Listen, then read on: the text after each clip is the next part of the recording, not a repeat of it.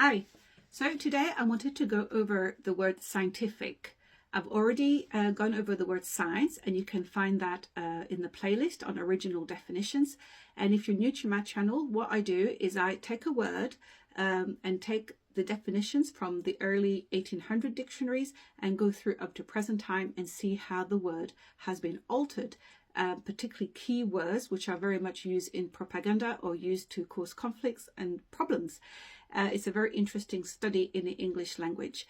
There are many words in the English language which haven't changed for hundreds of years, but there are certain ones that have changed very, very rapidly over a few decades. Now, the word science itself hasn't changed that much at all. Originally, so this is my 1843 dictionary. It is a facsimile, it's not an original copy.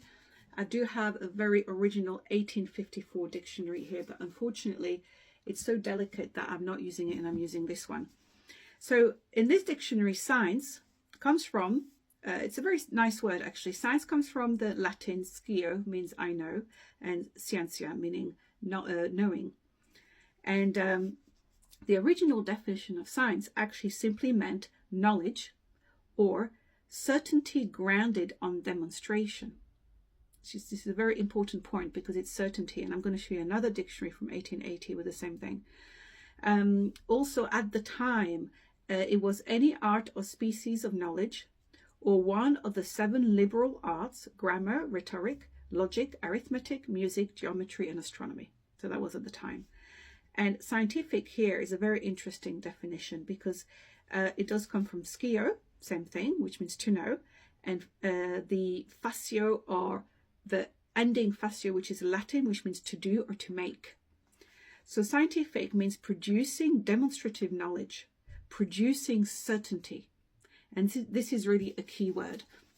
Now, back in the 16th and 17th century, you had a gentleman called Francis Bacon, who was a philosopher and who brought forward the idea of scientific methodology, because in those days that wasn't really used. There was a lot of superstition. I'm talking about, the European Western countries.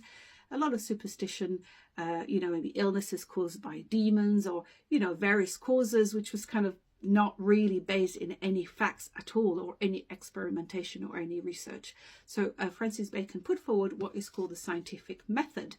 And that scientific method to this day is meant to be the same. Unfortunately, the word scientific, in my opinion, is being misused quite extensively currently.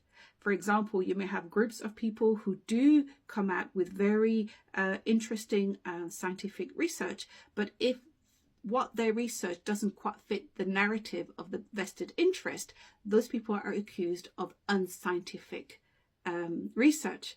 And quite the other way around, you can have those vested interests coming out with all sorts of propaganda,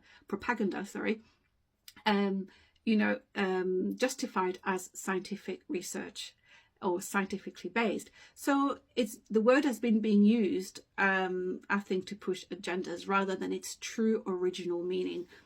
So we're going to look at the 1880 Collins Dictionary. I love this dictionary. It is so beautiful and in such good condition as well.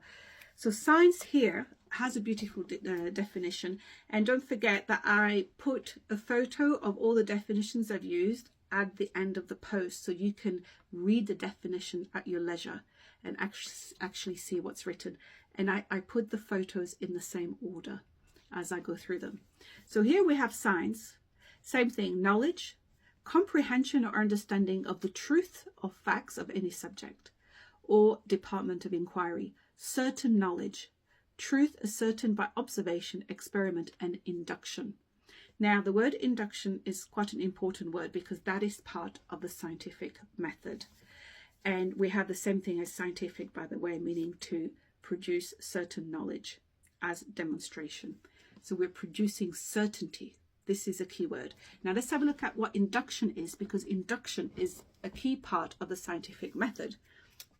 And induction here, which I will give you here. Have I lost it? Oh, I've lost it. Let's find it again. I had it all prepared and now I'm going to have to look for it. And it has a good definition here.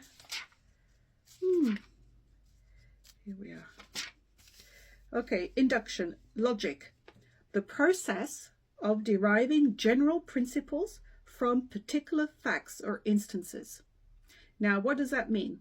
That means you have a particular instance that occurs, and you're going to apply the scientific method to it. And that means that you're going to have a particular phenomena. So phenomenon is simply something that occurs that you can observe. It's a very simple definition, phenomenon. If you look it up, I've got it here actually, and I can just tell you it's an occurrence, a circumstance, or a fact that is perceptible by the senses. So that's a simple definition of phenomenon.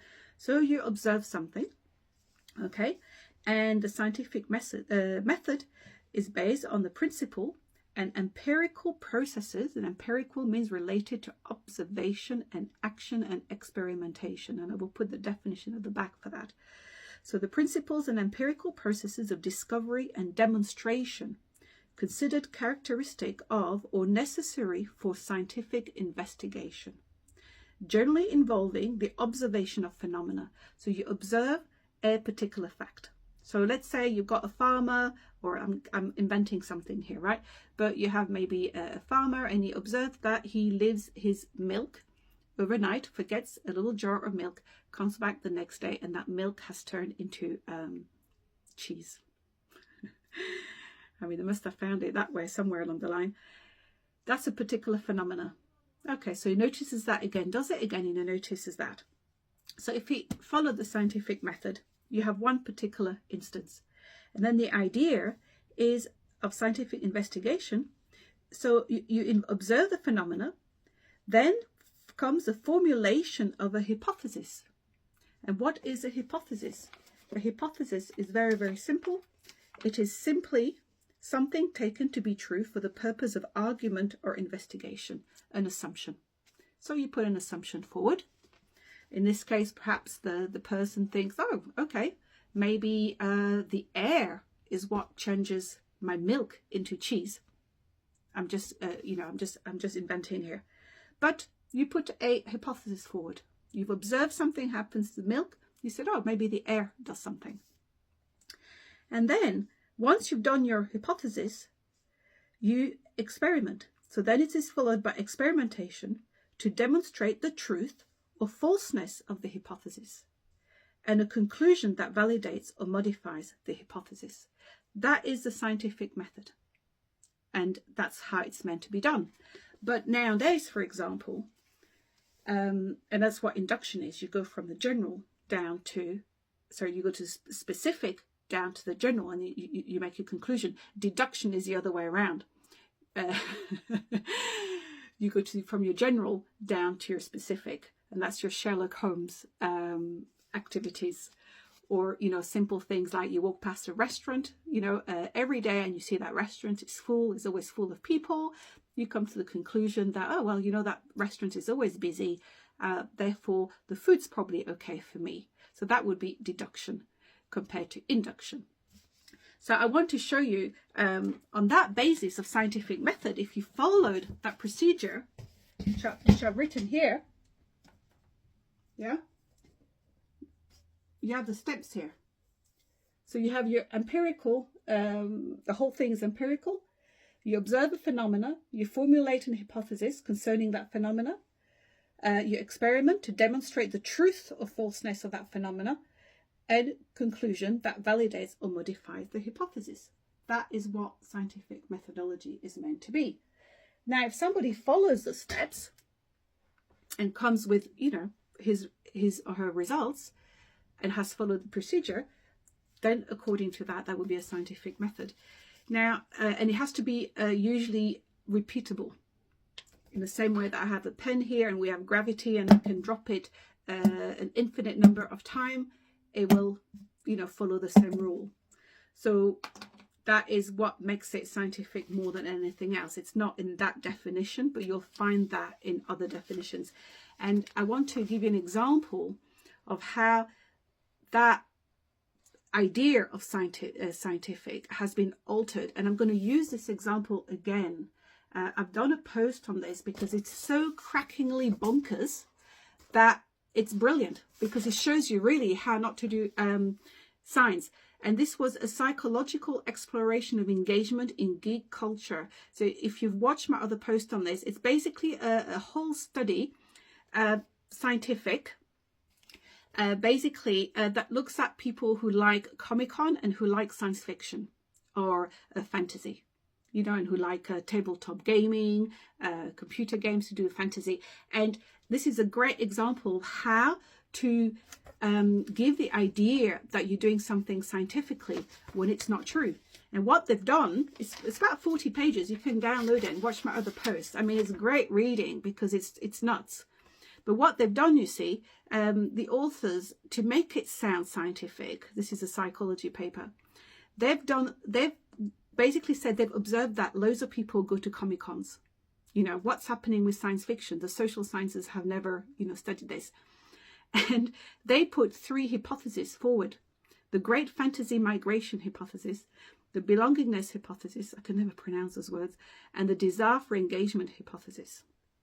And these are all hypotheses, such a tongue twister, based on the fact that people who are involved in that are mentally disturbed or they're narcissistic.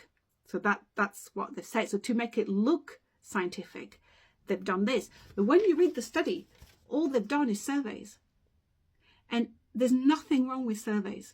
Surveys are fantastic, but surveys is not a scientific method. Surveys come under the heading of the humanities. It's perfectly fine to survey people and find out their opinions, but that is not an empirical experimentation that you can repeat several times. That's just based on opinions. And that's what a lot of modern psychology is all about. A lot of it is simply done on surveys and statistics. Nothing wrong with statistics. Statistics is a fantastic discipline of mathematics. Really interesting. I actually quite like the subject of statistics as a mathematical discipline. It is really interesting. But again, it's not following that scientific method just to do surveys on people. Surveys are great.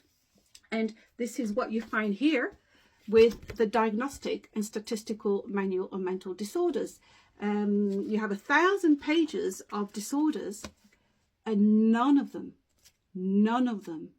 can be measured by a test, a blood test, a scan, nothing like it. And all those disorders in this book have been voted into existence by a psychiatrist. Literally, they are voted into existence.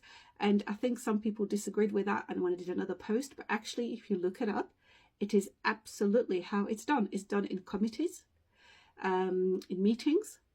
And for example, ADHD, attention deficit hyperactivity disorder, was actually voted into existence in 1987.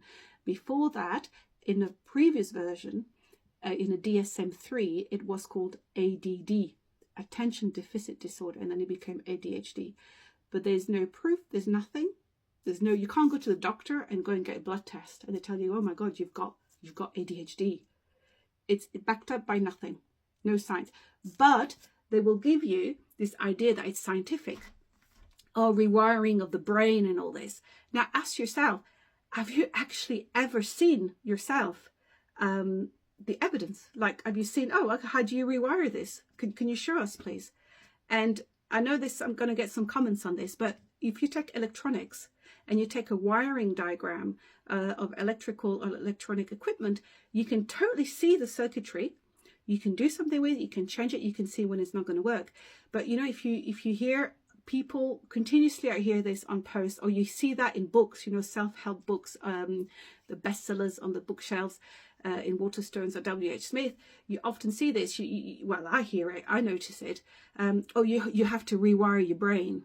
Oh, you know, this is rewiring your brain. And you go like, and I'm like, but the brain is a piece of meat. And if you listen to the sentence, you need to rewire your brain. So again, we're back to the original meaning of psychology, which was the study of the soul. You know, it goes round and round in circle. And the reason it goes round in circle, because there's so many falsehoods at the start. When you say, oh, you need to rewire your brain, well, who's you? You need to rewire your brain. But the brain doesn't rewire. That's the point. Because in that case, you take a wiring diagram. So where are the wiring diagrams? Yeah, I mean, I've never seen them.